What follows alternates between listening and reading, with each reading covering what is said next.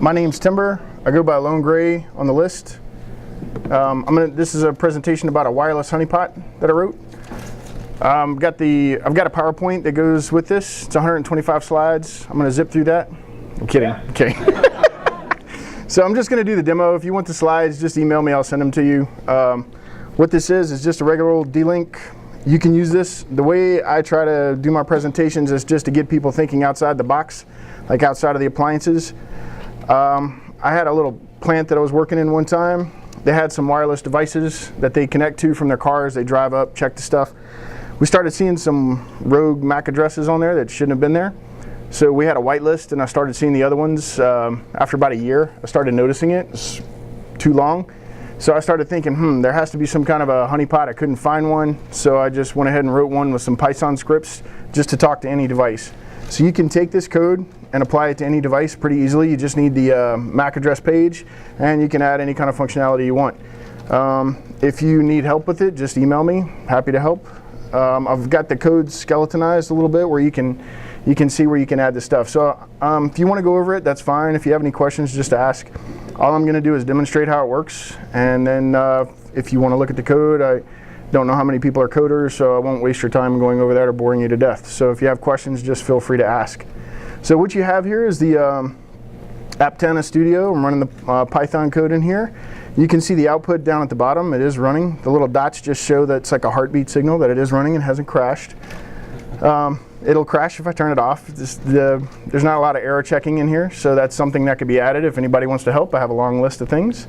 And I also want to expand it to some other routers. And I have one little theoretical thing that I'll discuss after this real quick for running it in a mesh. So on the right, you have all the passwords that I have in this file. What it's going to do is it'll just round robin through the list. So every time somebody makes a connection, it'll round robin. All it does is change the password, which effectively kicks them off, and then sets a new password and waits for another connection. So that's all it does. But it does log the data, and this is the tail of the log file here. So you see those errors because it got stepped on. I stepped on the power cord and turned it off. So let's see. Let me make sure it's running. Yeah, it's running because I'm getting the dots. So go ahead and try and associate. So how this works is you can associate and try and guess the password, but that's just called an association. It's not an authorized connection. So you can see the associated MAC connections. It's just trying a few times in a row. So those will get logged to a file or not. You can change the code to do whatever. It's all pretty basic. I put a lot of comments in there. Everything's commented very well. If you want, I can show you the tools I use to build this, because you'll need those same tools if you want to work with it.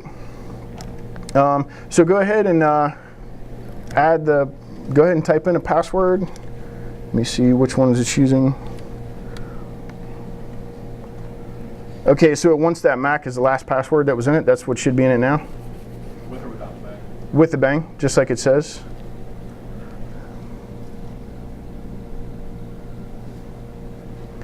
Okay, so he associated. See how it says hacker MAC? That's just what I called it. So how this works, everybody know how to hack a wireless? Have you done it? Yeah. So does anybody not know? Okay. So anyway, you capture the handshake, and then they'll do that, and you can't tell that they're doing that. So then you go back, they'll crack it and come back and actually connect. So now it kicked him off and changed the password. So now he's getting associations again. So if you see a whole bunch of associations, that's somebody trying to guess your password. So you might do some time checking to see how often you're getting those. If you're getting a bunch in a row, I'd probably log that as an attack. So that's basically how it works.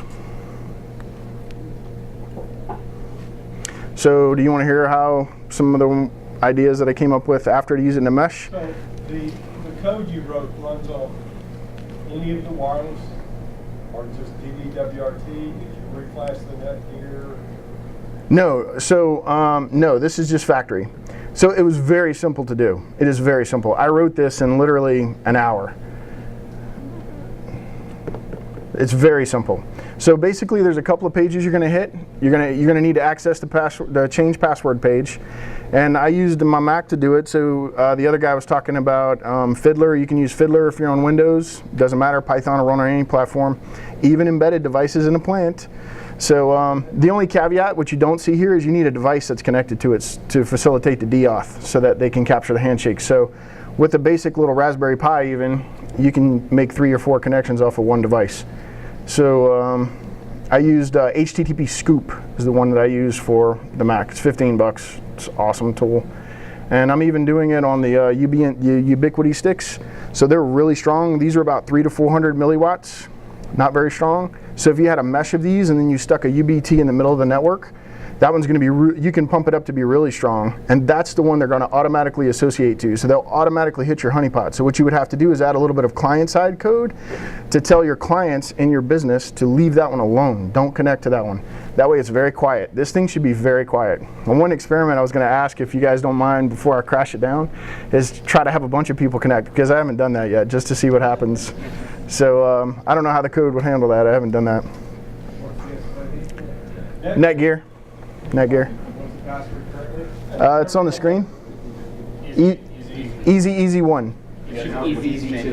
Oh, okay. Oh yeah, sorry.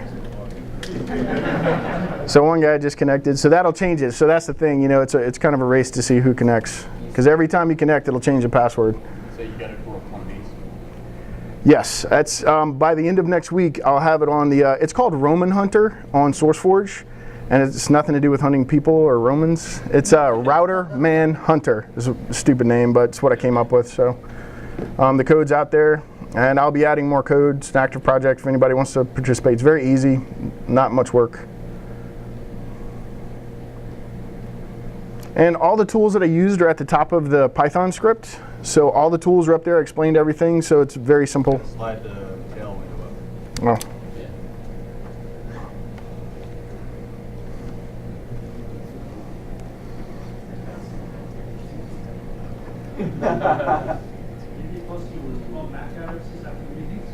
Yeah, no, no, those will get scrubbed. This is in a VM, so I'll kill it.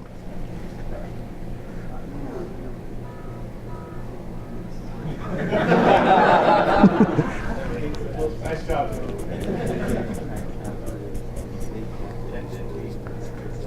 Now, I won't show you the passwords if somebody tries to connect with the password that's not on your list. It won't show that. Yes, it will show the associations, but it won't log them as is. So I don't care about the associations, but I do care about those ones that authenticate. And you could also do this with WEP. So if you're out in the field and you want to know immediately if you've got hackers, you could do it with WEP. And it's, you know, you can crack that in a few seconds. So there's a whole psychological methodology to using honeypots, and you can kind of play around with that on your own. I have a lot of different ones that I've tried. They work very well. You can also, if you're using the UBNT device, you can stick this in a pipe and just stick it outside of a building. You could use it on a pen test. So you can tell your customer if people in the building are hacking on their Macs, you could use it with a WEP, and then you could provide them the Mac as part of the report. Have you thought about generating the DOS for them so they get them captured them even faster? So no, but that's an interesting idea. Yeah, I don't know. I'd have to think about that.